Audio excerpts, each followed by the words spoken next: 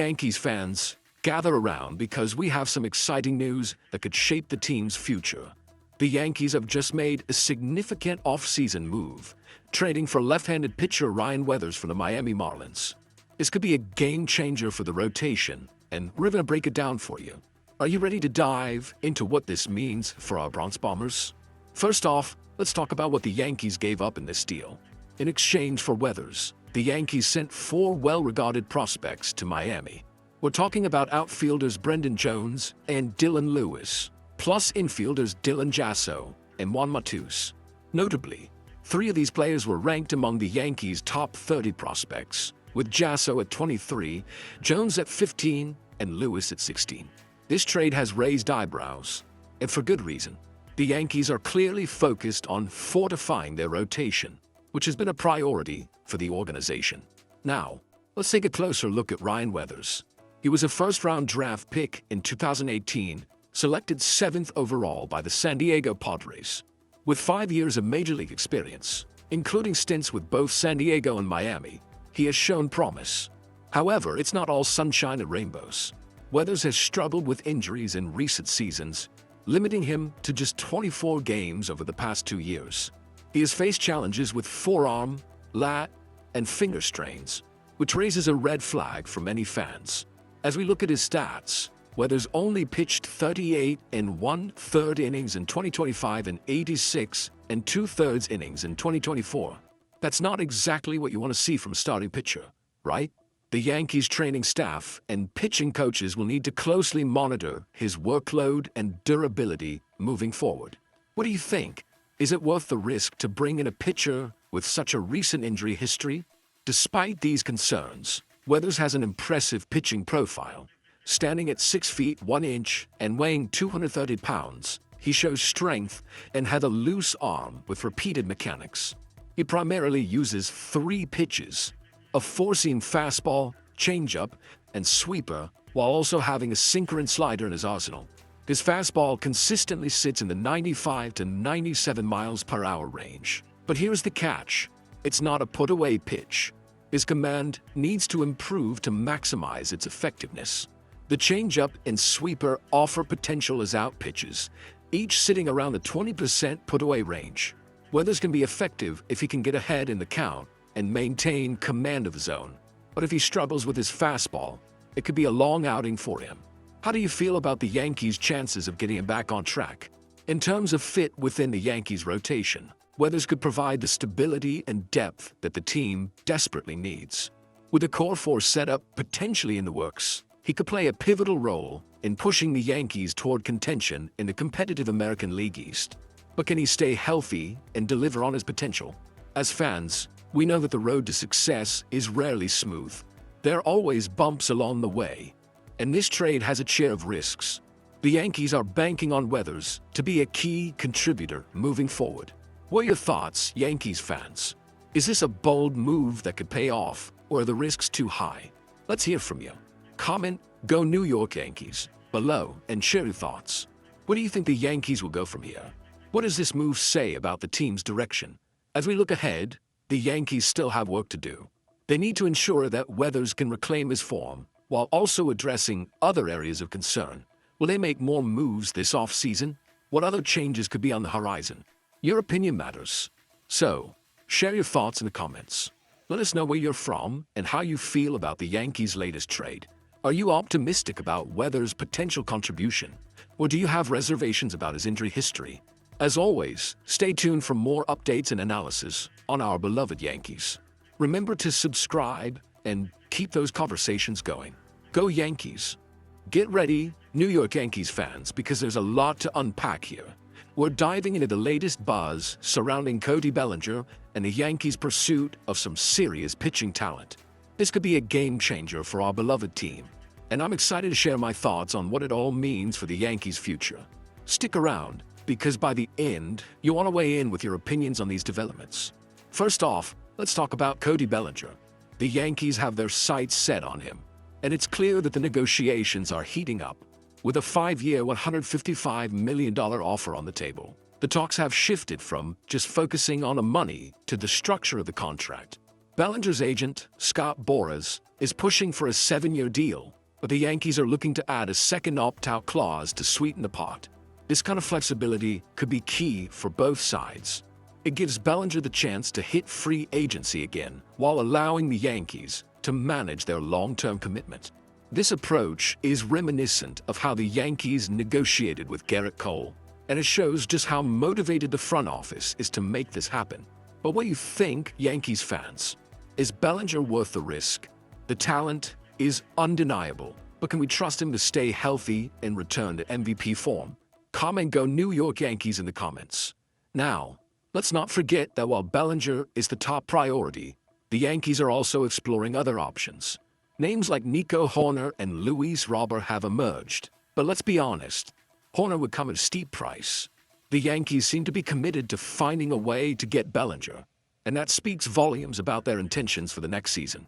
It's refreshing to see the Yankees not just settle for alternatives, but really push for their preferred target. On the pitching front, we have some exciting news as well. The Yankees are reportedly eyeing Freddie Peralta from the Milwaukee Brewers, with the Yankees' rotation needing some serious stability. Peralta could be just what the doctor ordered. He's shown elite strikeout numbers and has been consistently good, which could dramatically improve our postseason chances. Imagine a rotation anchored by Gerrit Cole and Freddie Peralta. Now that's something to get excited about. But let's get real for a moment. The cost of acquiring Peralta will be significant. The Brewers are likely to ask for top prospects like Spencer Jones or Elmer Rodriguez, and the Yankees are understandably hesitant to part with their young talent. It's a tough decision because while prospects can be painful to lose, Peralta represents a level of certainty that could be crucial for the Yankees as they aim to maximize Aaron Judge's prime years. Are we ready to go all in for a proven ace? Switching gears, let's talk about the Yankees' recent international signing class.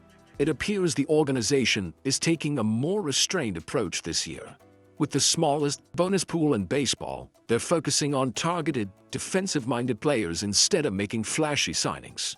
It's interesting to see the Yankees recalibrating while other teams, like the Mets, are making big splashes. Among the signings, catcher Kenneth Melendez stands out. He's being praised for his offensive potential and advanced defensive skills.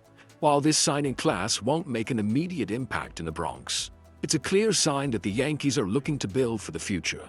It's about creating a sustainable path, rather than just chasing short-term success. As fans, we need to consider what this means for the Yankees moving forward. Are we content with a slower build? Or do we want to see more aggressive moves like the ones being discussed with Bellinger and Peralta? There's a lot on the table for the Yankees right now.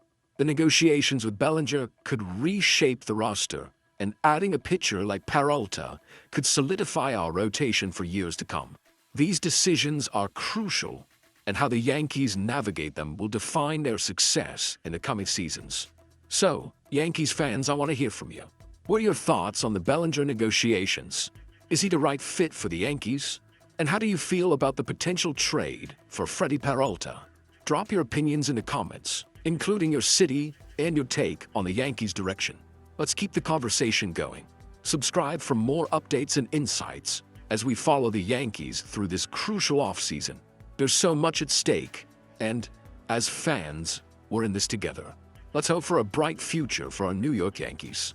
What a roller coaster the New York Yankees are on right now. As fans, we all want to know, what will happen if the Yankees fail to resign Cody Bellinger? Is there a plan B if he walks away? Will this team be left scrambling to fill a massive gap in the lineup? Let's dive into the latest buzz and how it could shape the future of our beloved Yankees. First off, it's clear that Bellinger is in a powerful position. The 2019 NL MVP has demanded a 7-year deal, while the Yankees have reportedly offered him 5 years for somewhere between $155 million and $160 million.